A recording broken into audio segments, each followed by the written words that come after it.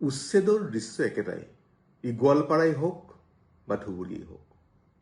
আজি গোৱালপাৰা জিলাৰ কৃষ্ণাই অঞ্চলৰ পাইকান নামৰ ঠাইত উচ্ছেদ হ'ল। উচ্ছেদ হোৱা ঠাইত 3খন গাঁও আছিল। তাত প্ৰায় 1081টা পৰিয়াল আছিল। প্ৰায় 7,000 মানুহ তাত বসবাস কৰি আছিল। এটা সময়ত গোটেইখিনি অঞ্চল ফৰেষ্টৰ অঞ্চল নাছিল। বনাঞ্চলে 2024 চনত বাকী অঞ্চলখিনিও বনাঞ্চল বুলি ঘোষণা কৰি থৈছিল। এতিয়া কথা হ'ল, উচ্ছেদিত লোকসকলৰ পুনৰ সংস্থাপন কিয় নহয়? ই ধুবুৰীৰ লোকেই হওক বা গোৱালপাৰাৰ লোকেই হওক, উচ্ছেদিত লোকসকলৰ পুনৰ সংস্থাপন নোহোৱাৰ কাৰণটো কি? গোৱালপাৰাৰ পাইকান অঞ্চলৰ উচ্ছেদ সংক্ৰান্তে হোৱা গোচৰত গুৱাহাটী উচ্চ ন্যায়ালয়েও চৰকাৰী পক্ষক একেটা প্ৰশ্নই সুধিছিল, এই উচ্ছেদ হ'ব ধৰা মানুহখিনিৰ পুনৰ সংস্থাপনৰ কাৰণে কি ব্যৱস্থা কৰিছে? আৰু এই ক্ষেত্ৰত কিন্তু চৰকাৰী পক্ষই কোনো সদ উত্তৰ দিব পৰা নাছিল। মোৰো সেইবাবে একেটাই প্ৰশ্ন, উচ্ছেদ হ'ব ধৰা উচ্ছেদ হোৱা মানুহখিনিক পুনৰ সংস্থাপন কিয় দিয়া নহয়? যদি উচ্ছেদ হোৱা মানুহখিনিক নথিভুক্ত কৰি সংস্থাপন দিয়া নহয়, ভৱিষ্যতে সেই মানুহখিনি পুনৰ গৈ চৰকাৰী ভূমিত থিতাপি ল'ব আৰু অহা 10 বছৰ বা 20 বছৰ পিছত সেই ব্যক্তিখিনিক, সেই মানুহখিনিক লৈ আকৌ ৰাজনীতি হ'ব। এনেকুৱা ধৰণৰ ৰাজনীতি বন্ধ কৰিব লাগে।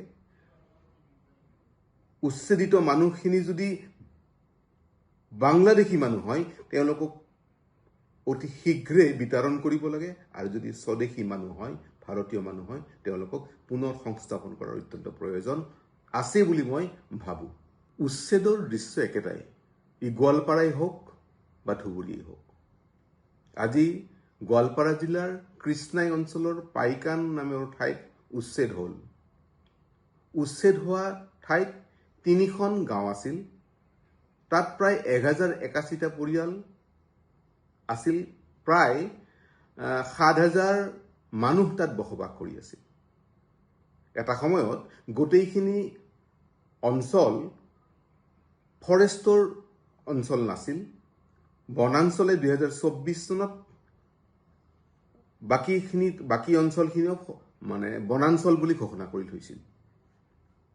এতিয়া কথা হ'ল, উচ্ছেদিত লোকসকলৰ পুনৰ সংস্থাপন কিয় নহয়? ই ধুবুৰীৰ লোকেই হওক বা গোৱালপাৰাৰ লোকেই হওক, উচ্ছেদিত লোকসকলৰ পুনৰ সংস্থাপন নোহোৱাৰ কাৰণটো কি? গোৱালপাৰাৰ পাইকান অঞ্চলৰ উচ্ছেদ সংক্ৰান্তে হোৱা গোচৰত গুৱাহাটী উচ্চ ন্যায়ালয়েও চৰকাৰী পক্ষক একেটা প্ৰশ্নই সুধিছিল, এই উচ্ছেদ হ'ব ধৰা মানুহখিনিৰ পুনৰ সংস্থাপনৰ কাৰণে কি ব্যৱস্থা কৰিছে? আৰু এই ক্ষেত্ৰত কিন্তু চৰকাৰী পক্ষই কোনো সদ উত্তৰ দিব পৰা নাছিল। মোৰো সেইবাবে একেটাই প্ৰশ্ন, উচ্ছেদ হ'ব ধৰা উচ্ছেদ হোৱা মানুহখিনিক পুনৰ সংস্থাপন কিয় দিয়া নহয়? যদি উচ্ছেদ হোৱা মানুহখিনিক নথিভুক্ত কৰি সংস্থাপন দিয়া নহয়, ভৱিষ্যতে সেই মানুহখিনি পুনৰ গৈ চৰকাৰী ভূমিত থিতাপি ল'ব আৰু অহা 10 বছৰ বা 20 বছৰ পিছত সেই ব্যক্তিখিনিক, সেই মানুহখিনিক লৈ আকৌ ৰাজনীতি হ'ব। এনেকুৱা ধৰণৰ ৰাজনীতি বন্ধ কৰিব লাগে। উচ্ছেদিত মানুহখিনি যদি বাংলাদেশী মানুহ হয়, তেওঁলোকক অতি শীঘ্ৰে বিতৰণ কৰিব লাগে, আৰু যদি স্বদেশী মানুহ হয়, ভাৰতীয় মানুহ হয়, তেওঁলোকক পুনৰ সংস্থাপন কৰাৰ অত্যন্ত প্ৰয়োজন আছে বুলি মই ভাবোঁ। যিকোনো খবৰৰ বাবে যোগাযোগ কৰক 7099017330 লগতে 7099017110 নম্বৰত।